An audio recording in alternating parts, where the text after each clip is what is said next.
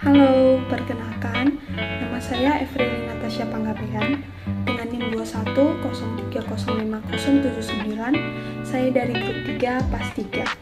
Pada video kali ini saya ingin menjelaskan mengenai proses browning pada buah dan sayuran. Browning atau biasanya disebut proses pencoklatan merupakan proses yang terjadi pada buah dan sayuran yang mengakibatkan warna pada buah dan sayuran menjadi berwarna coklat. Ada dua jenis dari proses browning, yaitu browning secara enzimatis dan browning secara non-enzimatis. Browning enzimatis merupakan pencoklatan yang tidak diinginkan karena dapat menurunkan kadar mutu pada buah dan sayuran. Sedangkan browning non-enzimatis merupakan pencoklatan yang diinginkan, seperti proses karamelisasi.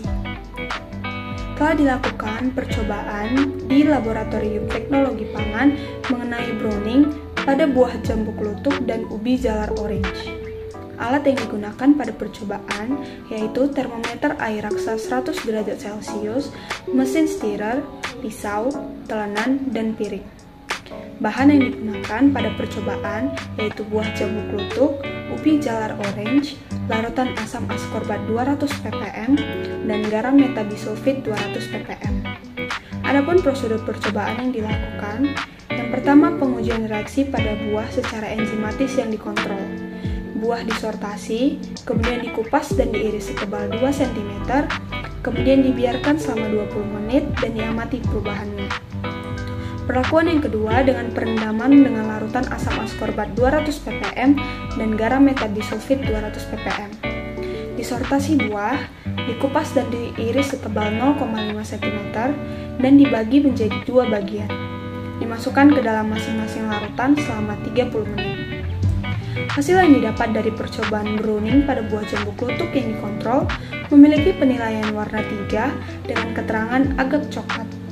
Pada perendaman dengan asam askorbat 200 ppm, didapat penilaian warna 2 dengan keterangan tidak coklat, dan pada garam metabisulfit 200 ppm, didapat penilaian warna 1 dengan keterangan sangat tidak coklat.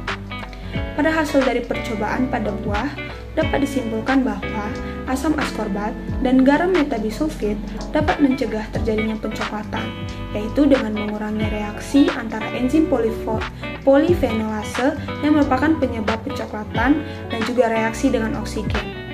Pada buah yang tidak diberi perlakuan perendaman pada larutan asam askorbat dan garam metabisulfit mengakibatkan perubahan warna buah sehingga menurunkan kualitas dan mutu dari buah.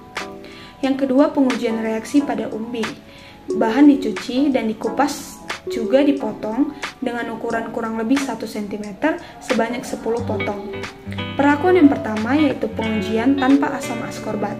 Disortasi umbi, dikupas dan diiris setebal 0,5 cm, kemudian dibiarkan selama 20 menit.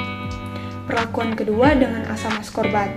Direndam bahan dengan larutan asam askorbat selama 20 menit, dipanaskan pada suhu 60 derajat Celcius, pada suhu 80 derajat Celcius, dan pada suhu 100 derajat Celcius. Kemudian dilakukan pengamatan pada setiap 5 menit, 10 menit, dan 20 menit tiap perlakuannya.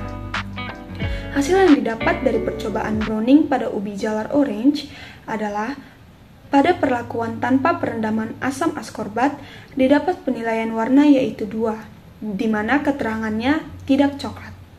Pada ubi yang direndam dengan asam askorbat pada suhu 60 derajat dengan waktu 5 menit, 10 menit, dan 20 menit memiliki penilaian warna 1 dengan keterangan sangat tidak coklat.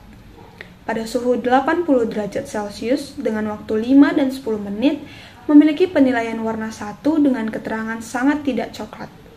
Dan dengan suhu 20 menit memiliki penilaian warna 2 dengan keterangan tidak coklat.